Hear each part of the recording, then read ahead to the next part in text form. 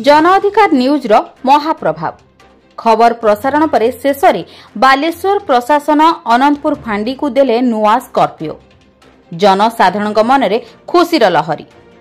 घटनार प्रकाश बालेश्वर जिला सोर थाना अंतर्गत अनंतपुर फांडी अधिकारी एक भंगा टाटा सुमो गाड़ी रे राति रे पेट्रोलिंग ठीक भावे करि पार नथिले फଳରେ ए अंचल रे चोरी डकायती चोरा ड्रग्स चोरा देसी मद एवं चोरा गंजेई बिक्री दिनकु दिन वृद्धि पाइबारे लागिथिला। किंतु एही खबर जन अधिकार न्यूज प्रसारण हेबारु बालेश्वर प्रशासन तत्पर होई उठिथिला।